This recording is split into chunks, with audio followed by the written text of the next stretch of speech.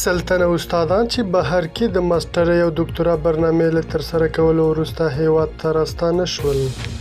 سلام، ستړي مشئ، زموږ پښتو نیوز چینل ته ښه راغلی.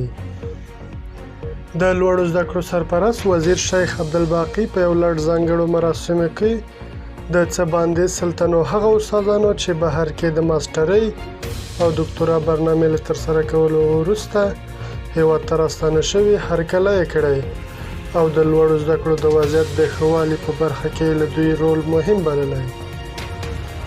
دغه استادانو د مالیزیا، ایران، ترکیې، هندوستان، پاکستان، روسیې، قزاقستان او تایلند هیوادونو کې په بېلابېلو برخو کې ماسټري او دکتورا کړې ده.